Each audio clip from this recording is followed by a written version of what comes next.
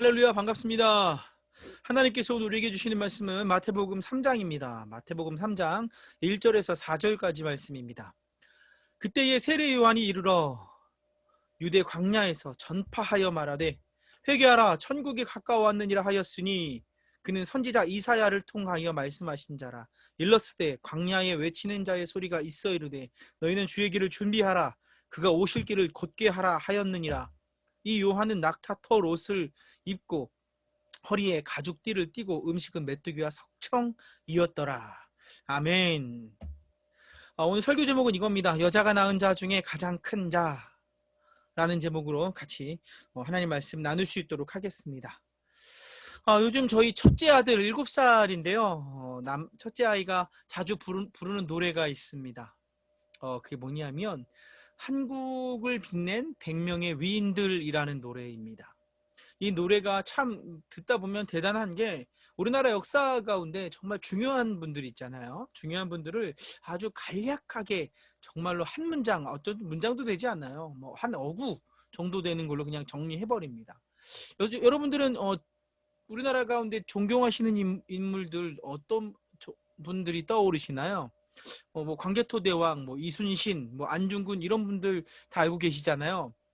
이런 분들도 한 번에 정리합니다. 만주벌판 달려라 광개토대왕, 나라 구한 이순신, 안중근은 애국, 이완용은 매국.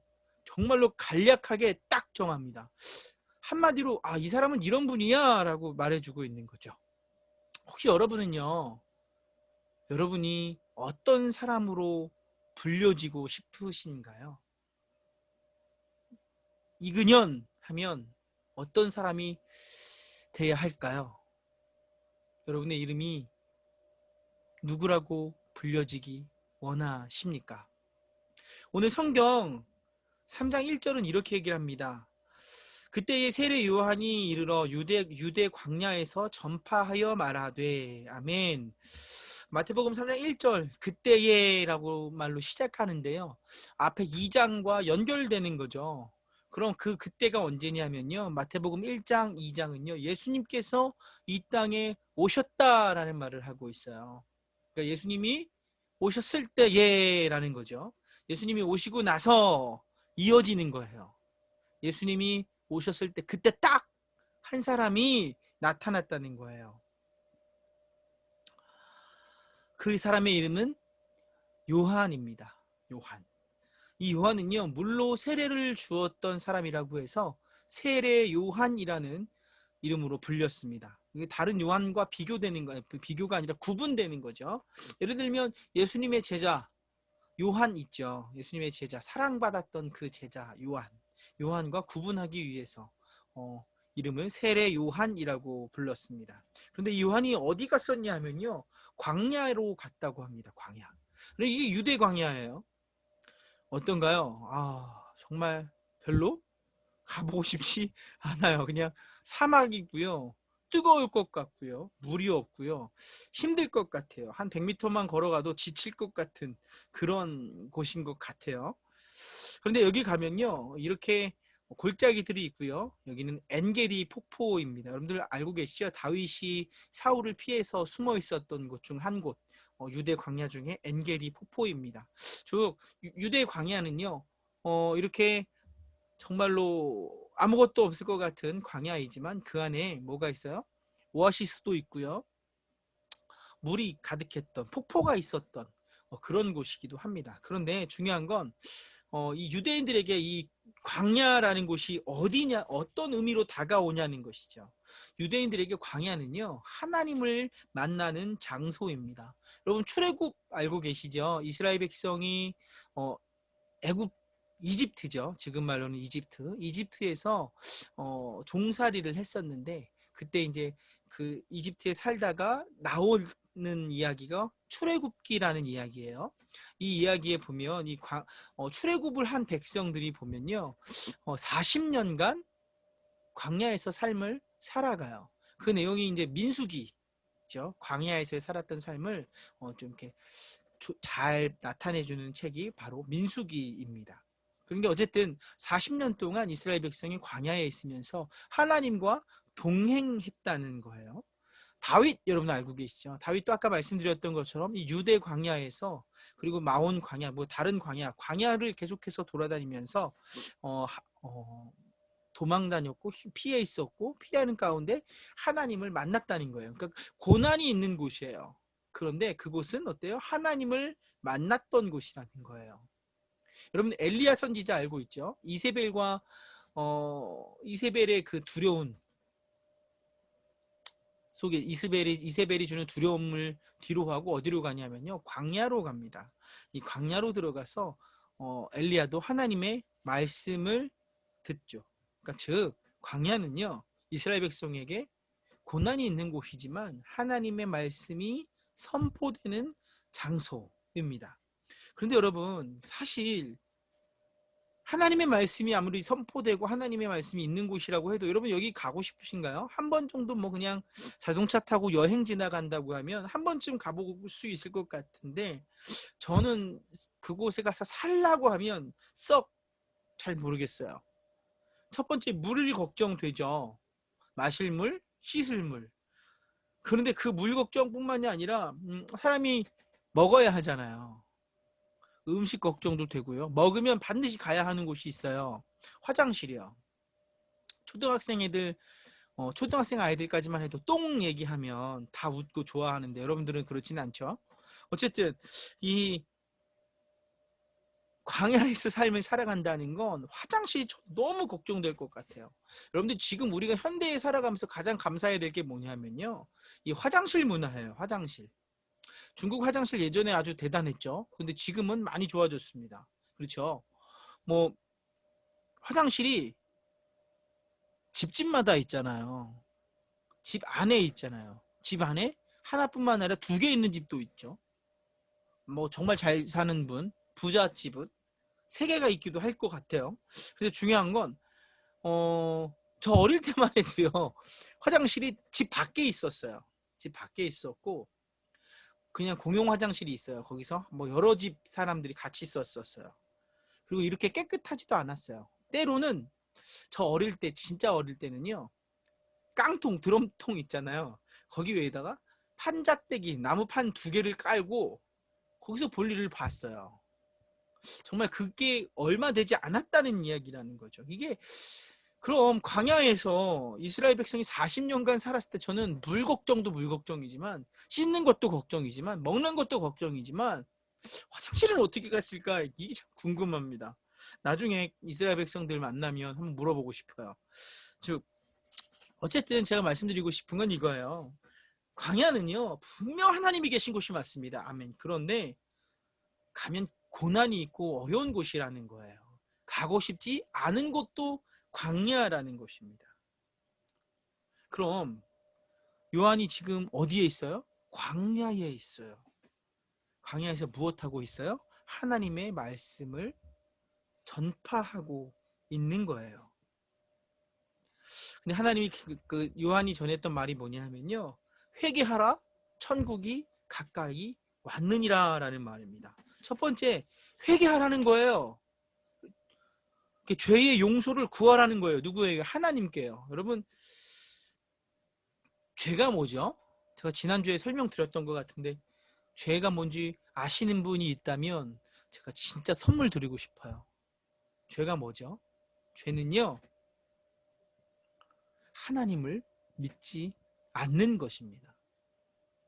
혹시 누가 말했다면 우리 박상기 집사님께서 선물을 줬으면 좋겠다라는 생각을 문득 하게 됐습니다. 자, 하나님을 떠난 것이 바로 죄예요. 다른 게 죄가 아니라 하나님을 떠난 것이 죄인데 요한은 지금 회개하라고 말하고 있어요. 이 말은 무슨 말이냐면요. 하나님께로 돌아오라는 말이에요. 그런데 여러분 이 죄인들아 회개해라. 여러분 이 말 들으면 여러분 기분이 어떠세요? 썩 좋지 않죠. 여러분 사람들이요. 당신은 죄인입니다. 너 왜 그렇게 살았어? 정신 똑바로 차려야지. 이런 얘기 들으면 좋아요 안 좋아요? 안 좋아요. 여러분 싫습니다. 만약 제가 여러분들 매일 만나가지고요. 여러분들 회개에 관한 메시지만 계속 전하면요. 여러분들 저를 좋아할까요? 안 좋아할까요? 야, 너네 정신 똑바로 차리고 살아야 돼. 그렇게 살면 안 돼. 라고 말하면 사실이에요. 여러분들 정신 똑바로 차리고 살아야 돼요. 그런데 기분이 썩 좋지 않아요. 사람들이 좋아하지 않는다는 거예요. 그런데 광야에서 사람들이 별로 좋아하지 않을 그 광야에서 하나님이 사람들이 별로 좋아하지 않을 그 메시지를 지금 요한이 전하고 있는 거예요. 왜요? 천국이 가까이 왔기 때문입니다. 여러분 천국이 뭐죠? 천국. 오늘 제가 아주 기초적인 것부터 계속 이야기합니다. 천국이 뭐냐면요. 말 그대로 하늘나라입니다. 그럼 하늘이 뭘까요? 우리 눈에 보여지는 저 파란 하늘, 대기권 하늘일까요? 아니면 우리가 저 보이지 않는 우주가 그 하늘일까요? 그것이 아니라 바로 하나님이 계신 곳을 하늘나라, 천국이라고 말을 합니다. 그러면 천국이 가까이 왔다는 건 뭐예요? 하나님이 계신 그 나라, 하나님이 다스리시는 그 나라가 점점 가까이 오고 있다는 거예요. 하나님의 나라가, 하나님이 다스리시는 나라가 가까이 임하는 거죠. 어떻게 해요? 예수님이 오실 때가 됐다는 거예요. 예수님이 일하실 때가 됐다는 거죠. 예수님이 직접 오셔서 이 땅을 다스리면요. 그곳이 바로 어때요? 천국이라는 거예요. 예수님이 다스리시는 곳, 그곳이 어때요? 어디라고요? 천국이라는 곳입니다. 즉 요한은요. 구약 시대에서 계속 이야기했던 메시아가 오실 때가 됐으니까 이제 곧 오실 거니까 회개하고 하나님께로 돌아오라는 거예요. 그럼 여러분 이 메시지를 그 당시 사람들이 좋아했을까요? 싫어했을까요? 사실은 뭐 좋아했던 사람도 있고 싫어했던 사람도 있는데 싫어하는 사람들 꽤 됐을 거예요. 왜냐하면요. 구약의 선지자들이 계속 이런 말을 했거든요. 메시아가 올 겁니다. 메시아가 올 겁니다. 메시아가 올 겁니다. 그런데 지금 메시아가 왔어요, 안 왔어요? 안 온다니까요. 우리가 알고 있는 이사야 선지자가 말하고 700년이라는 시간이 흘렀어요. 안 왔잖아요.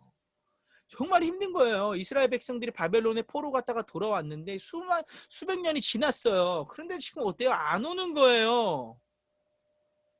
그러니까 여러분들 그 안 오면 그 기대가 점점 수그라들겠죠. 그러니까 그런 거예요. 지금 요한이요. 그 힘든 광야에 가서 가장 사람들이 인기 없을 너희들 죄인이야 라는 말을 하면서 메시아가 온다는 이야기를 전하고 있는 거예요. 인기 없을 말만 계속 전하고 있는 거예요. 왜요? 왜 요한은 이 정말로 사람들이 좋아하지 않을 인정받지 못할 말 그런 말들을 계속하고 있는 걸까요? 3절에 보세요. 그는 선지자 이사야를 통하여 말씀하신 자라. 일러스되 광야에 외치는 자의 소리가 있어 이르되 너희는 주의 길을 준비하라. 그가 오실 길을 곧게 하라 하였느니라 라고 말하고 있습니다. 아멘. 자, 이 요한이요. 선지자 이사야 700년 전에 예언했던 그 예언이 이루어진 것이라는 거예요. 이 이사야 선지자의 말이 이 세례 요한을 향한 말이라는 거예요. 누구요? 광야에 외치는 자의 소리가 누구라는 거예요. 이 세례 요한이라는 거예요. 이 소리를 외치는 사람, 그 외치는 사람이 바로 세례 요한인 거죠. 즉, 이 요한은요, 갑자기 등장한 것이 아니라 처음부터 하나님께서 보내기로 약속했던 사람이고, 그 하나님의 약속 때문에, 이 하나님의 뜻 때문에 요한은 이 광야에 와서 회개하라고 소리치고 있는 거예요. 그뿐 아니라 4절 보면 이렇게 얘기를 합니다. 이 요한은 낙타 털 옷을 입고 허리에 가죽띠를 띠고 음식은 메뚜기와 석청이었더라. 아멘. 여러분 아까 그 광야에서 뭘 입고 있어요? 낙타 털 옷을 입고 있대요. 시원한 반바지 반팔티가 아니라 낙타 털 옷을 입고 있습니다. 이 더운 곳에서 털 옷을 입고 있으면 어떡합니까? 정말로 답답한데. 근데 어떻게 옷을 입고 어떻게 해요? 허리에 가죽띠를 띄었대요. 기가 막힌 거예요. 여러분 보세요. 이거예요. 이 더운 곳에서 낙타 털 옷을 입고 풀어 헤친 것이 아니라 띠로 꽉 묶었어요. 근데 먹은 게 뭐예요? 메뚜기와 석청입니다. 그야말로 죽기 직전, 그러니까 죽지 않으려고 먹는 음식인 거죠. 기가 막힌 삶을 살아가고 있는 거예요. 하나님의 말씀 때문에 갔죠. 말씀 때문에 광야로 갔고, 말씀 때문에 하나님의 회개를 전하는데 옷도 덥고요. 게다가 먹는 것도 부실합니다. 좀 최소한 광야로 갔으면 먹을 거라도 좀 잘 주시지. 이게 뭐예요? 메뚜기와 석청이. 그런데 여러분, 이것도 하나님의 말씀 때문에 세례 요한이 이렇게 입고 있는 거예요. 낙타 털옷을 입고 가죽 띠를 허리에 묶은 이유가 다 있습니다. 왜냐하면 열왕기하 1장 8절에 보면 이런 말이 있어요. 그들이 그에게 대답하되 그는 털이 많은 사람인데 허리에 가죽띠를 띄었더라 하니 왕이 이르되 그는 디셉 사람 엘리야로다. 아멘. 여러분, 과거 엘리야 선지자가 어떻게 하고 다녔냐면요, 털이 많았어요. 털이 많았고 허리에 가죽띠를 띄었대요. 세례 요한이 지금 그걸 묘사하고 있는 거예요. 털옷을 입고 허리에 가죽띠를 탁 띄고 있는 거예요. 이 세례 요한이 누구예요? 그야말로 엘리야의 화신인 거예요. 말라기서 4장에 보면 이런 말씀이 있어요. 보라, 여호와의 크고 두려운 날이 이르기 전에 내가 선지자 엘리야를 너에게 보내리니 그가 아버지의 마음을 자녀에게로 돌이키게 하고 자녀의 마음을 그들의 아버지에게로 돌이키게 하리라. 돌이키지 아니하면 두렵건대 내가 와서 저주로 그 땅을 칠까 하노라 하시니라. 자, 딱 보면 엘리야가 떠오르는 옷을 입고 있어요. 그리고 딱 보면 엘리야가 해야 하는 마음을 서로 회복시키는 거예요. 즉, 회개하는 마음을 회개하게 만든다는 거예요. 즉, 이 세례 요한은 누구예요? 예언되었던 엘리야라는 것입니다. 즉, 이 세례 요한은 예수님이 오신다는 것을 미리 보여주기 위한 역할을 정확하게 하고 있는 거예요. 하나님이 약속하신 그대로 광야로 갔고요. 하나님이 원하시는 그 말씀, 회개하라는 말씀을 선포했고요. 엘리야로서의 모습을 보이기 위해 낙타 털옷을 입고 정말 살아갔던 거예요. 그랬더니 어떻게 돼요? 마태복음 3장 5절 6절에 그 결과예요. 이때에 예루살렘과 온 유대와 요단강 사방에서 다 그에게 나와 자기들의 죄를 자복하고 요단강에서 그에게 세례를 받았다는 거예요. 괴롭습니다. 더워요. 힘들고 지치는 그 광야, 불편한 광야에서 그다지 흥미로운 말을 전하지도 않았습니다. 그냥 늘 있었던 말들.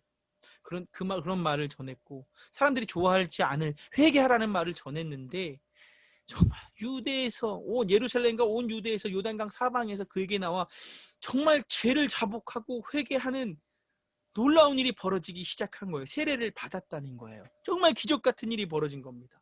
왜요? 이런 일이 왜 벌어진 거예요? 요한이 잘했기 때문에. 맞아요. 요한이 순종했기 때문에 그럴 수 있어요. 그런데 딱 그때가 된 거예요. 예수님이 오실 그때가 딱 된 거예요.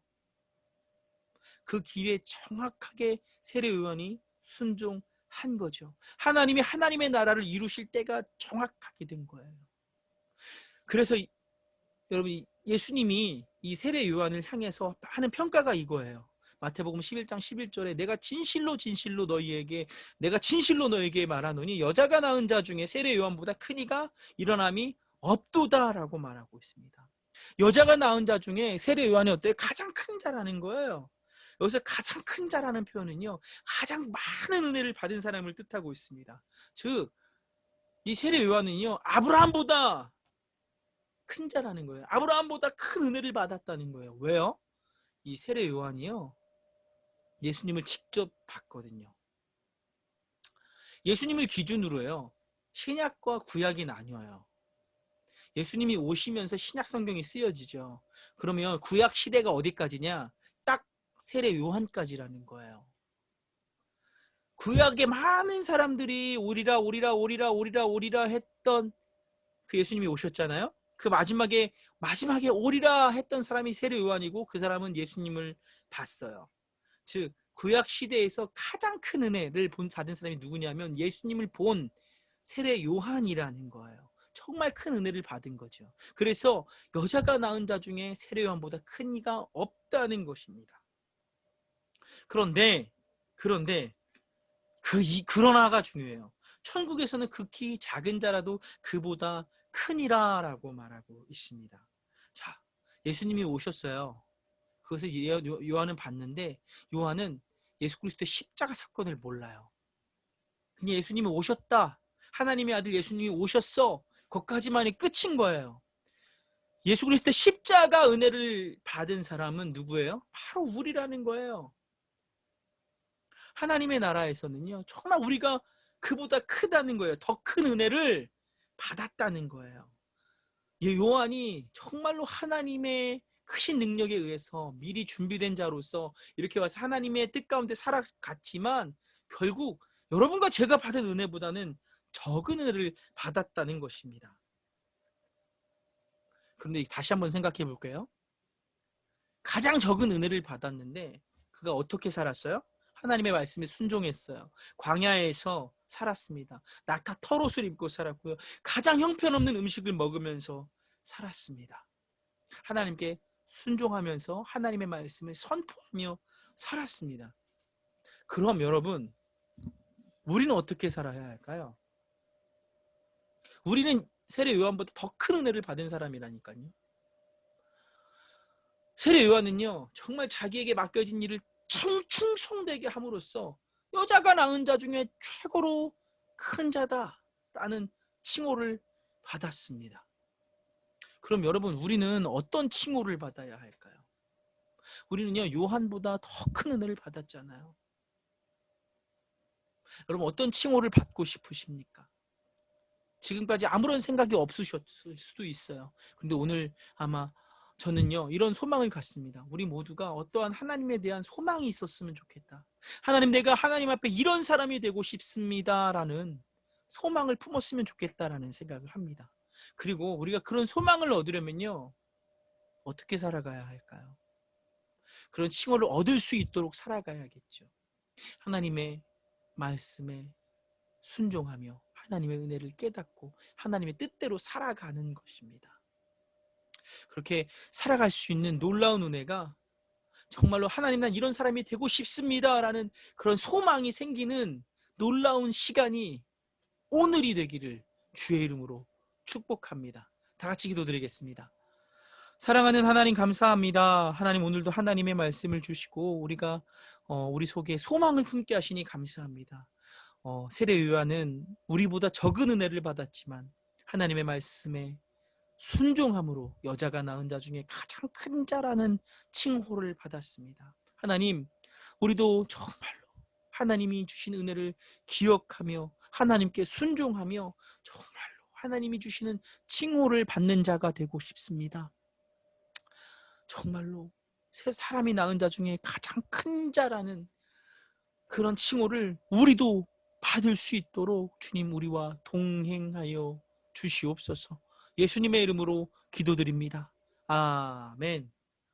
지금은 우리 구주 예수 그리스도의 은혜와 하나님 아버지의 극진하신 사랑하심과 성령님의 교통하시고 인도하심이 내 마음속에, 하나님, 나는 이런 사람이 되고 싶습니다, 이런 소망을 품습니다, 이런 결단을 오늘 합니다 라고 결심하는 하나님의 권속들 머리머리 위에 영원토록 함께 하시길 축원하옵나이다.